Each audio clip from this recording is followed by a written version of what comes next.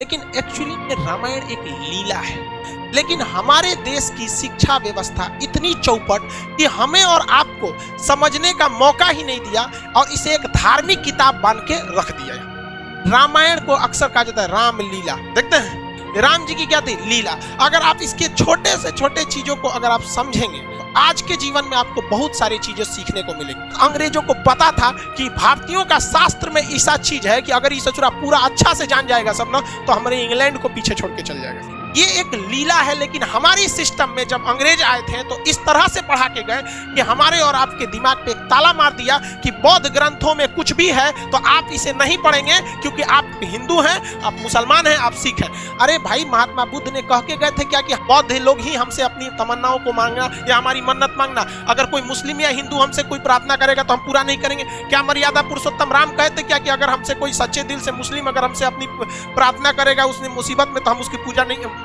प्रार्थना को नहीं सुनेंगे, कहेंगे भाग तू मुस्लिम है। लेकिन हम लोग 200 साल तक अंग्रेजों के गुलाम रहे। देखिए, मुगलों के वक्त में भी हमारी संस्कृति आज आई थी, मुस्लिम शासक के वक्त आई थी, लेकिन उन लोग की सोच दूरदर्शी नहीं थी। वो केवल हमारे सामाजिक क्षति किए। लेकिन जब अंग्रेज का शासन आया ना, मेंटली बर्बाद कर दिया सब, जिसका खामियाजा आज भी हमें भुगतना पड़ता है। रामायण को केवल किताब रख दिया, ना कि उसे केस स्टडी में बता दिया। जबकि हार्वर्ड, ऑक्सफोर्ड जैसी यूनिवर्सिटी में ये सब चीजों को केस स्टडी पे पढ़ाया जाता है कि देखो राम जी ने क्यों नहीं उस चीज को सही किया, क्योंकि इसका 800 साल 200 साल 1000 साल बाद क्या असर पड़ेगा। उस ससुरे हमरे किताब पढ़ के आगे बढ़ गए सब। हम लोग को थरिया थमा दिया, तू रामायण पे लड़, तुम महाभारत पे लड़, हम हिंदू, तुम मुसलमान, तुम सिख, तुम ईसाई।